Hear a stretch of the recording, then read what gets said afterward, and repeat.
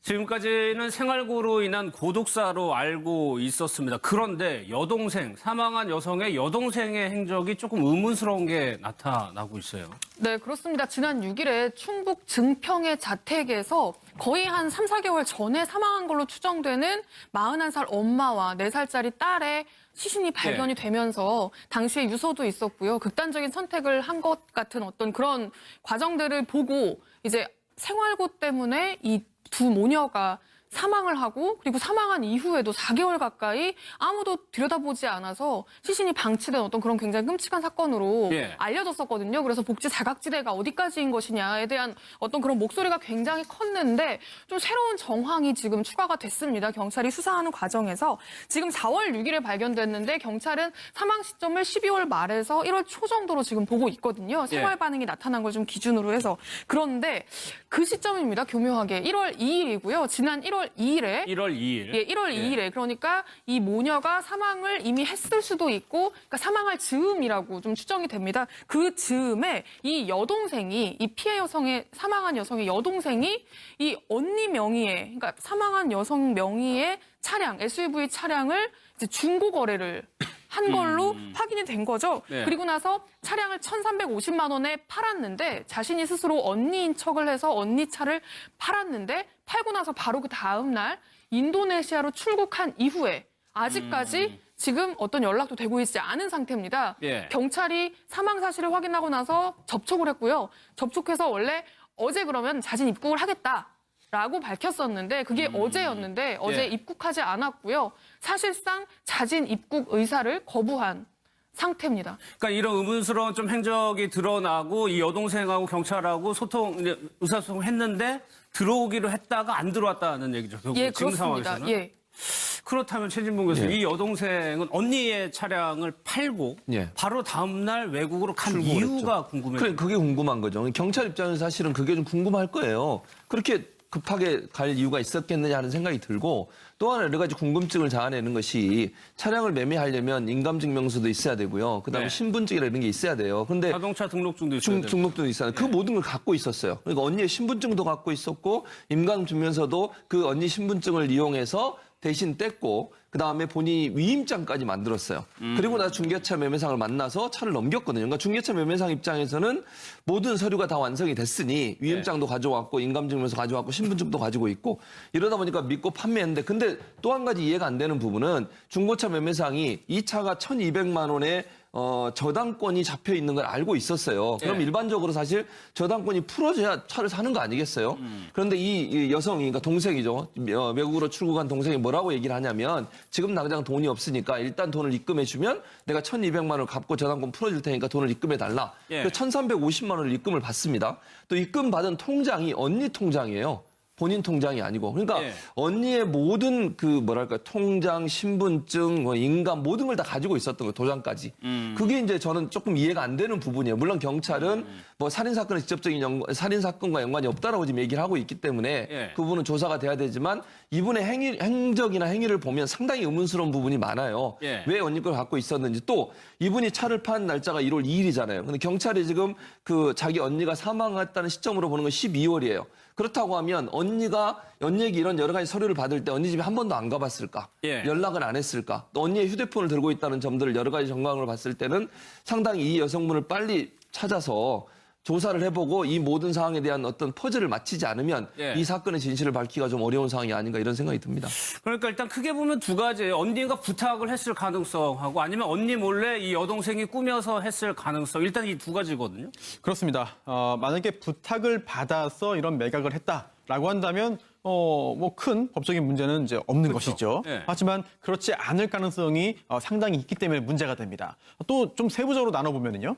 언니 몰래, 언니와 관계없이 무단으로 이제 판매했을 가능성이 있는데 그렇다더라도 과연 그 시점이 언제냐? 즉, 언니가 사망하기 전에 이 자동차를 몰래 팔았다고 한다면 혹시라도 사망과의 연관성이 있을 가능성이 대두됩니다. 또 언니가 사망한 후에 사망 사실을 알고 이거 내가 혼자 팔아도 되겠구나라고 해서 팔았다고 한다면 이거는 또 언니 언니가 사망함에 있어서 영향을 미치지는 않았다고 가정하더라도 역시 재산적인 문제는 생기거든요. 예. 법적인 문제도 역시 마찬가지로 발생합니다.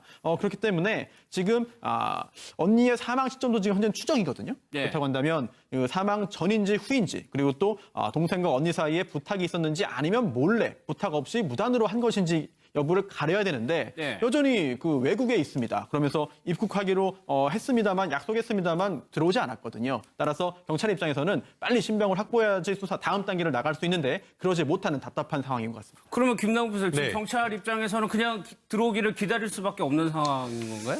현재로서는 들어오기를 좀 기다릴 수밖에 없는 상황이고요. 만약에 이 부분과 관련해서 사법건조를 통해서 체포해서 데려온다라고 한다면 상당 부분 시간이 걸리는 상황이기 때문에 예. 경찰로서는 아직은 이 여동생과 카카오톡이라고 하는 이 메신저로 연락이 지금 되고 있는 상황인 것 같습니다. 그래서 최대한 설득해서 이 여동생을 데려오겠다라고 지금 보고 있는 것으로 보이고요.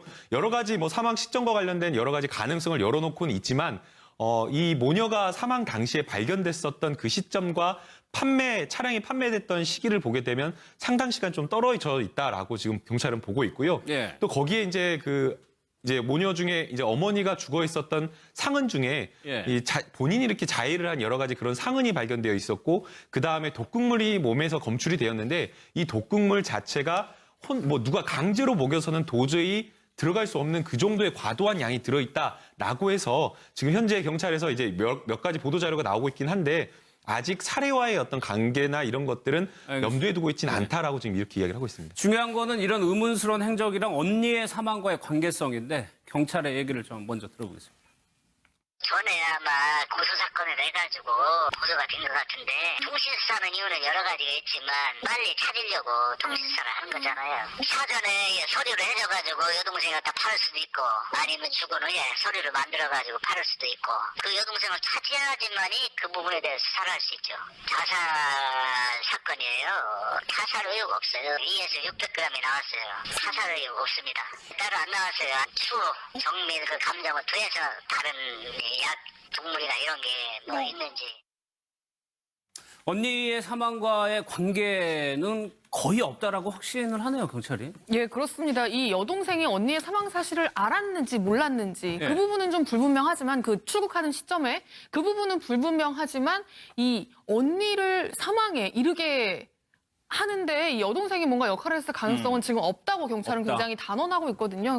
그 발견 당시의 상황을 보면 유서도 있었고 예. 그리고 이 독극물의 양이 아까도 설명을 해주셨지만 이게 스스로 먹지 않고는 이 정도가 나올 수 없을 정도로 강요해서 먹일 수 있는 양이 아니라는 거죠. 예, 그렇습니다. 예. 스스로 먹지 않고는 이 정도가 나올 수 있을 정도는 아니었다고 합니다. 그리고 유서의 내용을 보면 이 남편이 최근에 사망을 했는데 이 남편 사망 이후에 자신이 살기가 너무 힘들다라는 내용이 정신적으로 너무 힘들고 딸도 자꾸 아빠를 찾는다. 그러니까 약간 신변을 비관하는 내용들이 지금 유서에 담겨 있었다라고 해요. 그래서 지금 이제 경찰은 자살 쪽에 그러니까 예. 스스로 극단적인 선택을 한 것에 지금 더 초점을 맞춰서 보고 있는데 그럼에도 불구하고 이 여동생 관련해서 조금 미스테리한 부분들이 좀 있긴 있거든요. 만약에 언니가 사망한 이후에 이 차를 팔았다고 한다면 시신을 수습하지 않고 서둘러 차를 팔아서 언니 그 모녀를 그냥 그대로 그렇게 되는 둔 채 출국을 했다는 얘긴데 예. 사실 좀 앞뒤가 안 맞는 부분들이 있잖아요. 사실 상식적인 행동이라고는 볼 수 없거든요. 언니가 사망하기 전에 허락을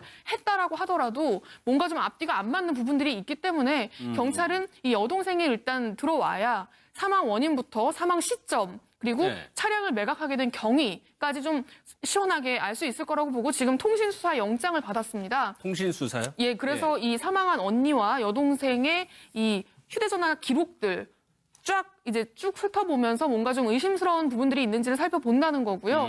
아파트 CCTV도 뒤져봤는데 이 아파트가 최근 2개월까지밖에 보관을 안 한다고 합니다. 예. 그러니까 사망 시기로 추정되는 시각의 CCTV 지금 없는 거죠. 예. 그래서 그 부분은 좀 부득이 불가피하고 그리고 또 하나 그 유서의 필적을 혹시라도 누군가 유서를 대신 작성했을 가능성도 일단은 열어놓고 예. 그 필적 감정까지 지금 국과수에 의뢰를 한 상태입니다.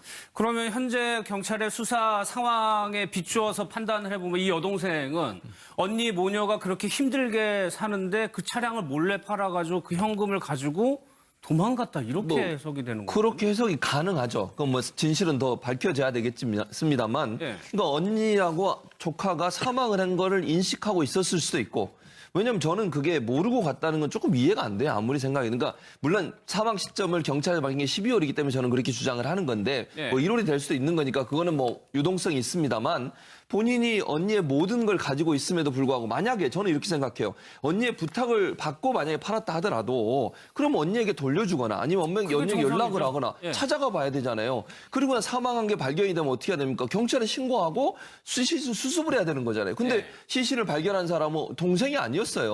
아파트 관리하는 쪽에서 워낙 관리비가 밀려 있는데 연락이 안 돼서 결국 119 불러가지고 문 따고 들어가서 결국 발견했거든요. 그러니까 예. 그 여러 가지 정황으로 봤을 때 동생은 알고 있었을 가능성이 높다고 봐요. 물론 직접적으로 그 뭐 살해했거나 이런 건 아직 모르겠습니다만 언니나 조카가 사망했다는 사실을 알고 있었을 가능성이 개연성이 높기 때문에 예. 그럼에도 불구하고 차를 판매하고 다른 나라로 도망간 건지 아니면 출국을 했으니까 어쨌든 그런 상황이 상식적으로 이해가 안 되는 부분이기 때문에 이 여성이 동생이 어떤 형태로는 이 사건과 연관이 됐을 가능성이 있다. 예. 이런 생각은 듭니다. 굳이 법적인 문제가 아니더라고요. 그렇죠. 네. 도의적으로요.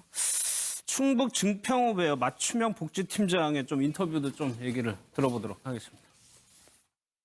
저희한테 기초생활 수급자나 뭐 어려움을 호소하거나 그런 내역이 없고요. 양육수당 신청한 거 그거 한 가지가 있는 상태고 조사 절차나 이런 거가 이분한테는 전혀 안 이루어졌는데 저희도 관리를 할 때 어디가 사각지대가 발생할 우려가 있는 그런 대상 지역이 있잖아요.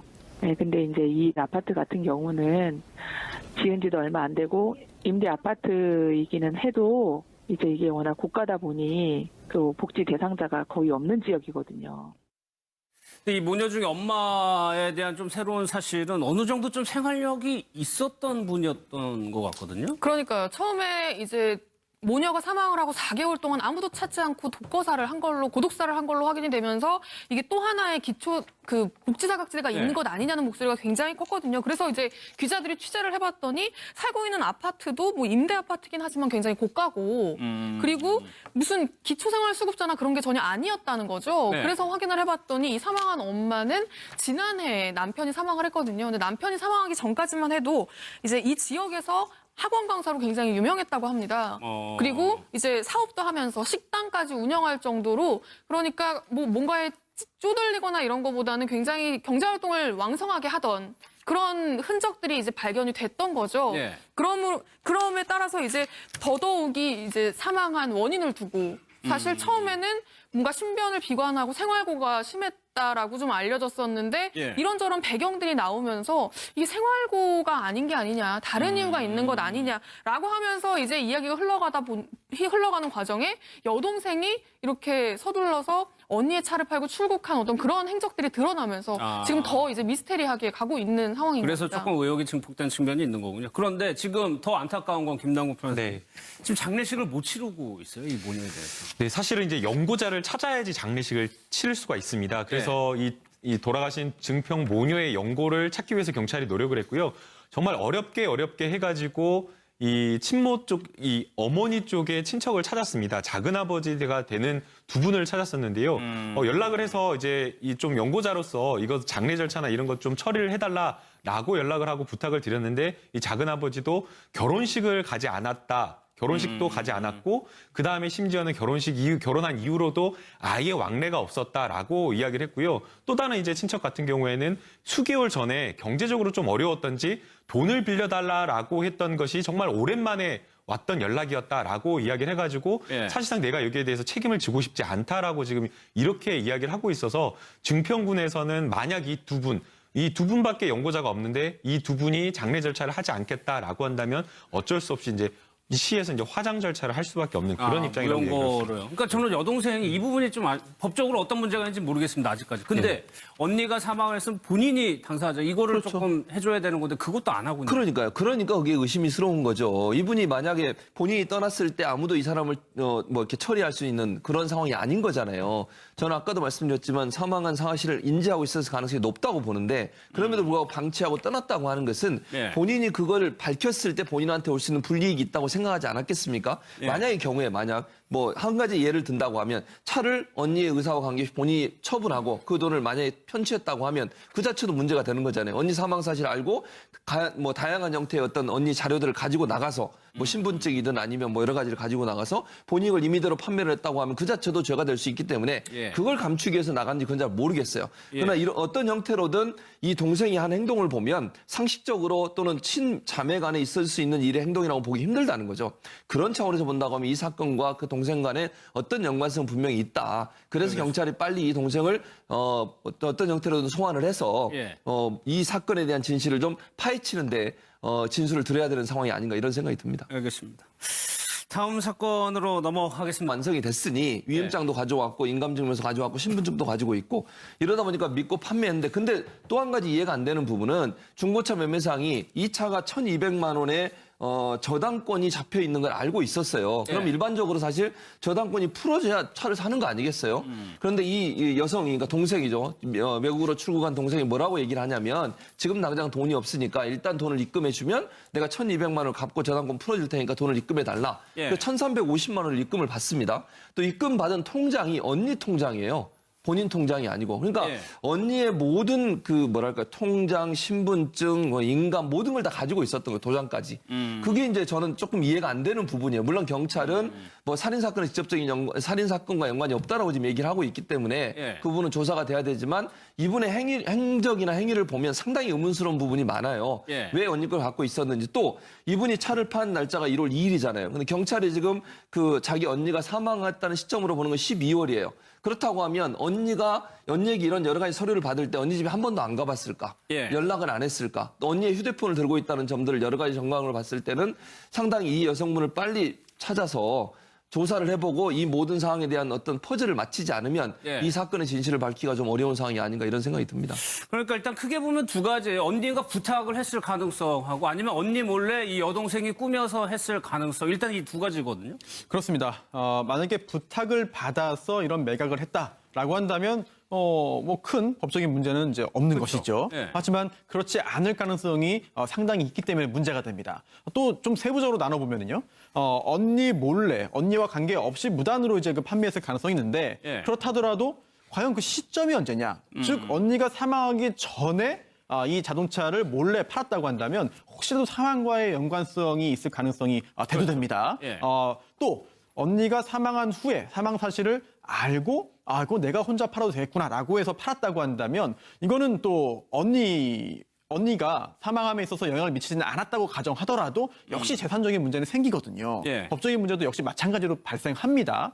그렇기 때문에 지금 언니의 사망 시점도 지금 현재 추정이거든요. 예. 그렇다고 한다면 그 사망 전인지 후인지 그리고 또 동생과 언니 사이에 부탁이 있었는지 아니면 몰래 부탁 없이 무단으로 한 것인지 여부를 가려야 되는데 예. 여전히 그 외국에 있습니다. 그러면서 입국하기로 했습니다만 약속했습니다만 들어오지 않았거든요. 따라서 경찰 입장에서는 빨리 신병을 확보해야지 수사 다음 단계를 나갈 수 있는데 그러지 못하는 답답한 상황인 것 같습니다. 그러면 김남국 부설 지금 네. 경찰 입장에서는 그냥 들어오기를 기다릴 수밖에 없는 상황인 건가요? 현재로서는 들어오기를 좀 기다릴 수밖에 없는 상황이고요. 만약에 이 부분과 관련해서 사법건조를 통해서 체포해서 데려온다라고 한다면 상당 부분 시간이 걸리는 상황이기 때문에 예. 경찰로서는 아직은 이 여동생과 카카오톡이라고 하는 이 메신저로 연락이 지금 되고 있는 상황인 것 같습니다. 그래서 최대한 설득해서 이 여동생을 데려오겠다라고 지금 보고 있는 것으로 보이고요. 여러 가지 뭐 사망 시점과 관련된 여러 가지 가능성을 열어놓고는 있지만 이 모녀가 사망 당시에 발견됐었던 그 시점과 차량이 판매됐던 시기를 보게 되면 상당 시간 좀 떨어져 있다라고 지금 경찰은 보고 있고요. 예. 또 거기에 이제 이제 모녀 중에 이제 어머니가 죽어 있었던 상흔 중에 예. 본인이 이렇게 자해를 한 여러 가지 그런 상흔이 발견되어 있었고 그 다음에 독극물이 몸에서 검출이 되었는데 이 독극물 자체가 누가 강제로 먹여서는 도저히 들어갈 수 없는 그 정도의 과도한 양이 들어있다라고 해서 지금 현재 경찰에서 이제 몇 가지 보도 자료가 나오고 있긴 한데 아직 사례와의 어떤 관계나 이런 것들은 알겠습니다. 염두에 두고 있지는 않다라고 지금 이렇게 이야기를 하고 있습니다. 중요한 거는 이런 의문스러운 행적이랑 언니의 사망과의 관계성인데 경찰의 얘기를 좀 먼저 들어보겠습니다. 전에 아마 고소 사건을 내가지고 보도가 된 것 같은데 통신사는 이유는 여러 가지가 있지만 빨리 찾으려고 통신사를 하는 거잖아요. 사전에 서류를 해줘가지고 여동생을 갖다 팔을 수도 있고 아니면 죽은 후에 서류를 만들어가지고 팔을 수도 있고 그 여동생을 찾아야지만이 그 부분에 대해서 수사를 할 수 있죠. 자살 사건이에요. 타살 의혹 없어요. 2에서 600g이 나왔어요. 타살 의혹 없습니다. 따로 안 나왔어요. 추, 정밀 그 감정을 더해서 다른 약, 동물이나 이런 게 뭐 있는지.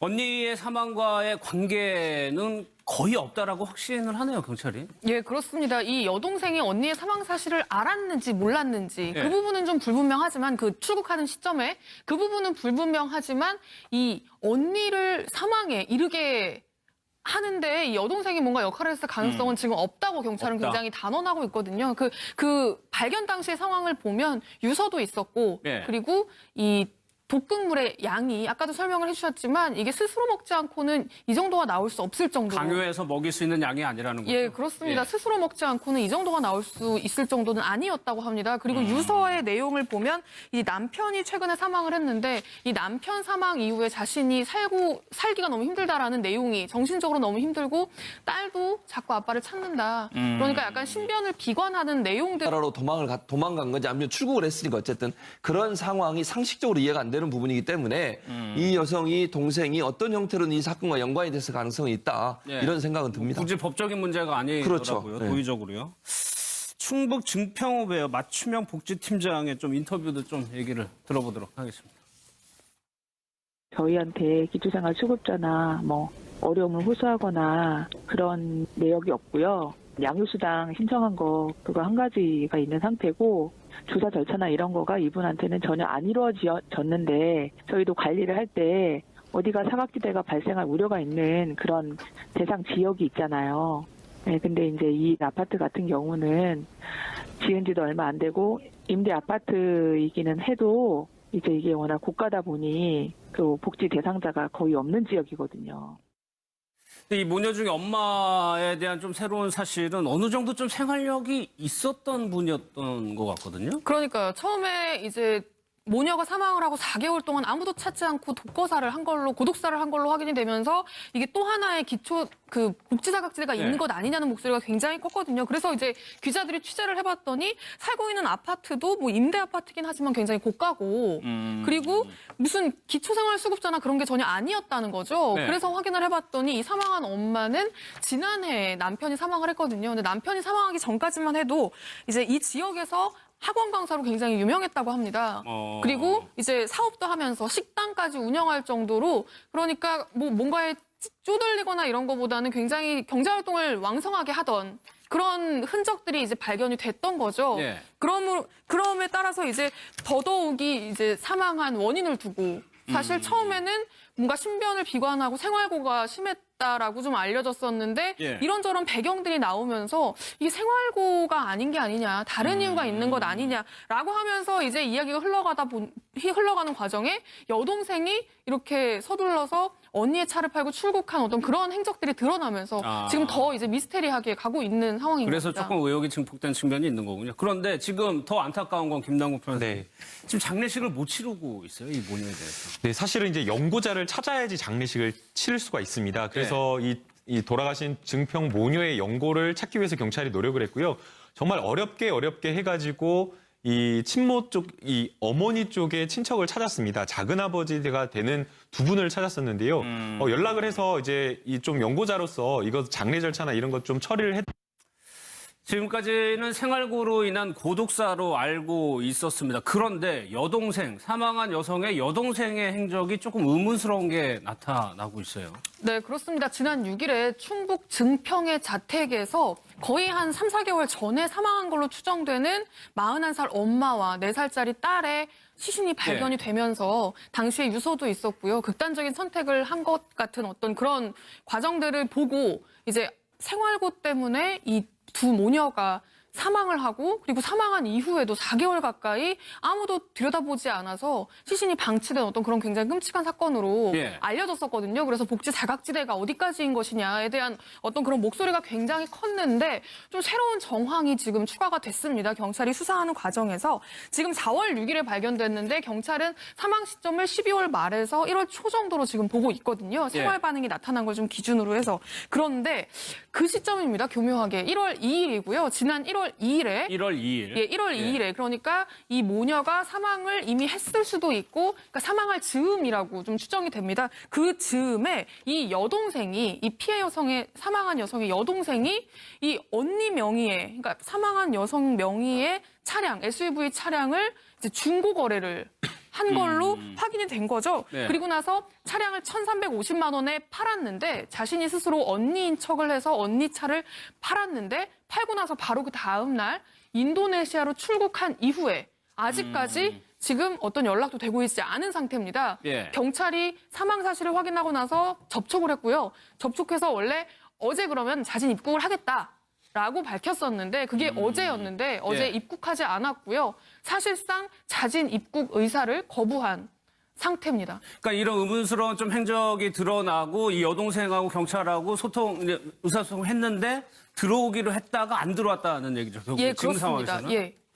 그렇다면 최진봉 교수님, 예. 이 여동생은 언니의 차량을 팔고 예. 바로 다음 날 외국으로 간 출국을 이유가 궁금해요. 그래, 그게 궁금한 거죠. 경찰 입장에서 사실은 그게 좀 궁금할 거예요. 그렇게 급하게 갈 이유가 있었겠느냐 하는 생각이 들고 또 하나 여러 가지 궁금증을 자아내는 것이 차량을 매매하려면 인감증명서도 있어야 되고요. 그다음에 네. 신분증이라 이런 게 있어야 돼요. 근데 자동차 등록증도 있어야 되고. 등록도 있어요. 그 모든 걸 갖고 있었어요. 그러니까 언니의 신분증도 갖고 있었고 인감증명서도 그 언니 신분증을 이용해서 대신 뗐고 그다음에 본인이 위임장까지 만들었어요.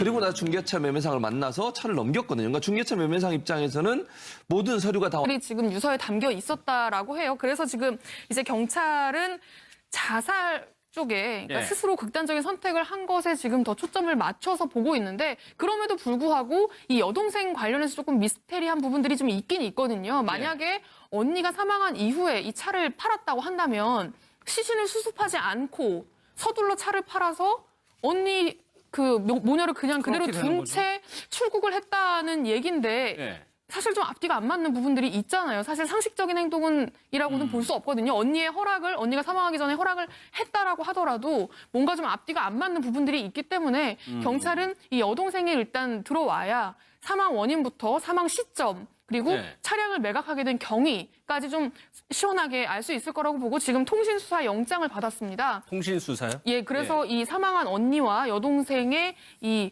휴대전화 기록들 쫙 이제 쭉 훑어보면서 뭔가 좀 의심스러운 부분들이 있는지를 살펴본다는 거고요. 아파트 CCTV도 뒤져봤는데 이 아파트가 최근 2개월까지밖에 보관을 안 한다고 합니다. 예. 그러니까 사망 시기로 추정되는 시각의 CCTV 지금 없는 거죠. 예. 그래서 그 부분은 좀 부득이 불가피하고 그리고 또 하나 그 유서의 필적을 혹시라도 누군가 유서를 대신 작성했을 가능성도 일단은 열어놓고 예. 그 필적 감정까지 지금 국과수에 의뢰를 한 상태입니다. 그러면 현재 경찰의 수사 상황에 비추어서 판단을 해보면 이 여동생은 언니 모녀가 그렇게 힘들게 사는데 그 차량을 몰래 팔아가지고 그 현금을 가지고 도망갔다 이렇게 뭐, 해석이 되는 거예요. 그렇게 해석이 가능하죠. 그건 뭐 진실은 더 밝혀져야 되겠습니다만, 예. 그러니까 언니하고 조카가 사망을 한 거를 인식하고 있었을 수도 있고, 왜냐면 저는 그게 모르고 갔다는 건 조금 이해가 안 돼요. 아무리 생각해. 그러니까 물론 사망 시점을 경찰에 밝힌 게 12월이기 때문에 저는 그렇게 주장을 하는 건데, 예. 뭐 1월이 될 수도 있는 거니까 그거는 뭐 유동성이 있습니다만. 본인이 언니의 모든 걸 가지고 있음에도 불구하고 만약에 저는 이렇게 생각해요. 언니의 부탁을 받고 만약에 팔았다 하더라도 그럼 언니에게 돌려주거나 아니면 언니에게 연락을 정상이죠. 하거나 예. 찾아가 봐야 되잖아요. 그리고 사망한 게 발견이 되면 어떻게 해야 됩니까? 경찰에 신고하고 수습을 해야 되는 거잖아요. 근데 예. 시신을 발견한 사람은 동생이 아니었어요. 아파트 관리하는 쪽에서 워낙 관리비가 밀려 있는데 연락이 안 돼서 결국 119 불러가지고 문 따고 들어가서 결국 발견했거든요. 그러니까 예. 그 여러 가지 정황으로 봤을 때 동생은 알고 있었을 가능성이 높다고 봐요. 그 물론 직접적으로 그 뭐 살해했거나 이런 건 아직 모르겠습니다만 언니나 조카가 사망했다는 사실을 알고 있었을 가능성이 개연성이 높기 때문에 예. 그럼에도 불구하고 차를 판매하고 다른